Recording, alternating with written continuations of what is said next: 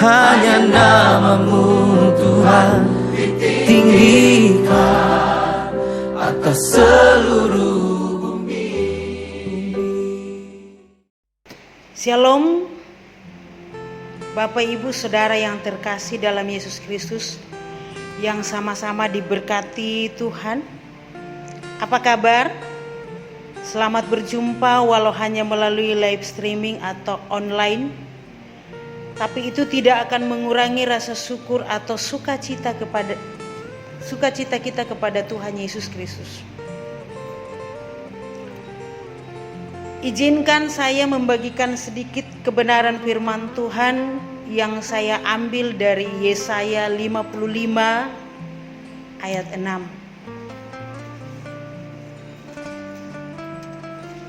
Yesaya 55 ayat 6 bunyi firman Tuhan, carilah Tuhan selama ia berkenan ditemui, berserulah kepadanya selama ia dekat.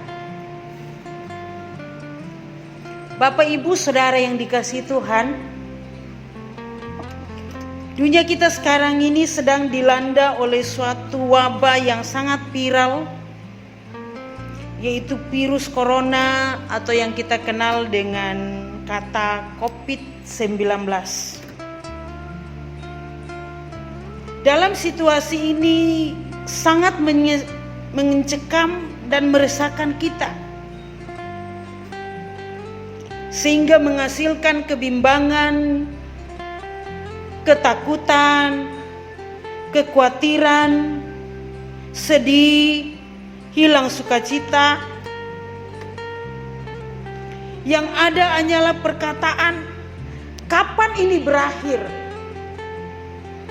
Akankah semuanya ini ada jalan keluarnya? Pertanyaan, kemana kita akan lari? Kemana kita akan minta pertolongan? Kepada siapa kita akan berseru, mengadu dalam situasi yang kalut dan mencekam ini? Carilah Tuhan selama ia berkenan ditemui, berserulah kepadanya selama ia dekat. Perkataan selama ini perlu jadi bahan perhatian kita yang harus serius. Kata harus serius bisa sama dengan mesti atau jangan diabaikan. Lawan kata dari selama itu sama dengan tidak ada lagi, atau sudah tidak bisa, atau waktu sudah tertutup.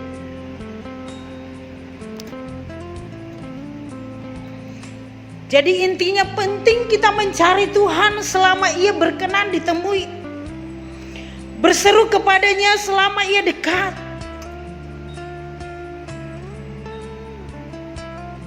Waktunya sekarang kita mencari wajah Tuhan.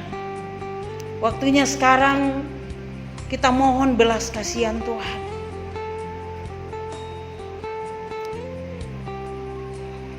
Akan datang waktu malam seperti Yohanes 9 ayat 14 katakan, akan datang malam di mana orang sudah tidak bisa bekerja.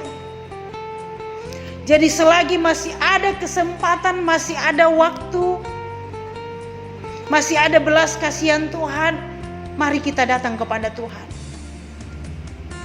Kembali kepada Tuhan, berseru kepada Tuhan, minta ampun kepada Tuhan.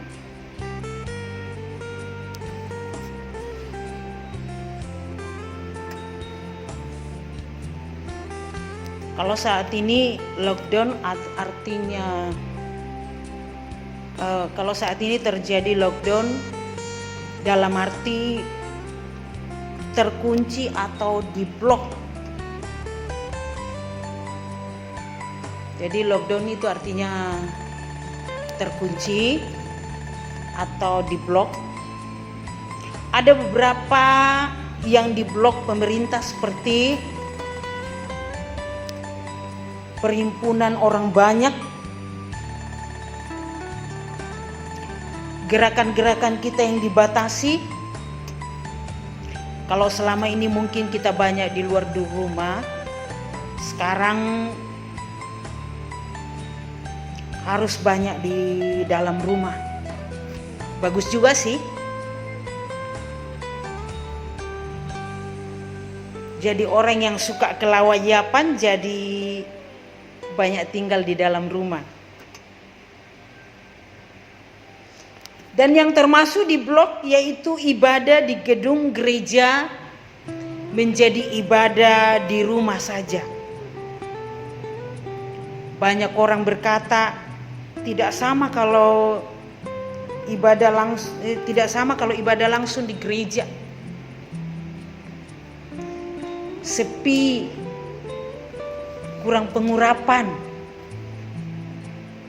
Banyak kegiatan-kegiatan ibadah jadi lumpuh. Namun Bapak Ibu Saudara yang dikasihi Tuhan, jangan sampai rohani kita juga jadi lumpuh, dingin, jauh. Walaupun kita masih ibadah, yaitu ibadah di rumah. Atau ibadah hanya melalui live streaming, dalam arti online. Tapi itu tidak membatasi kuasa Tuhan. Yang penting kita sungguh-sungguh dalam situasi seperti ini kita cari Tuhan, wajah Tuhan.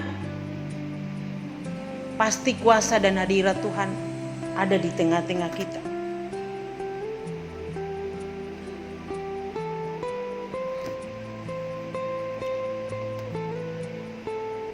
Kembali ke pembacaan kita, cari Tuhan selama Ia berkenan ditemui, berserulah kepadanya selama Ia dekat.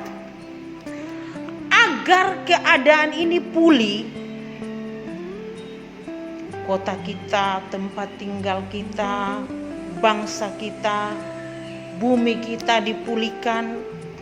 Mari kita mohon ampun kepada Tuhan.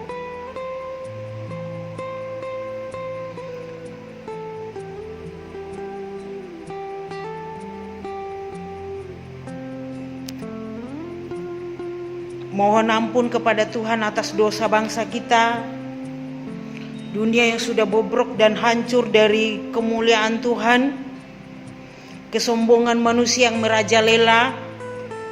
Berdoa agar Tuhan pulihkan hubungan kita dengan Tuhan, berdoa agar ekonomi kita dipulihkan, virus corona bisa disingkirkan dan dihancurkan. Berdoa agar para medis Tuhan pakai untuk menyembuhkan orang yang terinfeksi virus corona. Berdoa agar pemerintah secepatnya bisa menemukan solusi yang lebih nyaman bagi kita untuk virus corona ini. Bukan ibadah atau hubungan atau kebersamaan yang terputus gara-gara virus corona. Tanpa Tuhan kita tidak ada apa-apanya.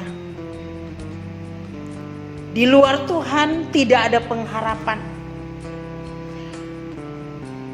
Hanyalah Yesus sendiri yang jadi jaminan hidup kita. Kita buka di dalam Amsal pasal 11 ayat 4. Amsal pasal 11 ayat 4 bunyi firman Tuhan. Pada hari kemurkaan, harta tidak berguna, tetapi kebenaran melepaskan orang dari maut. Pada hari kemurkaan, harta tidak berguna, tetapi kebenaran melepaskan orang dari maut.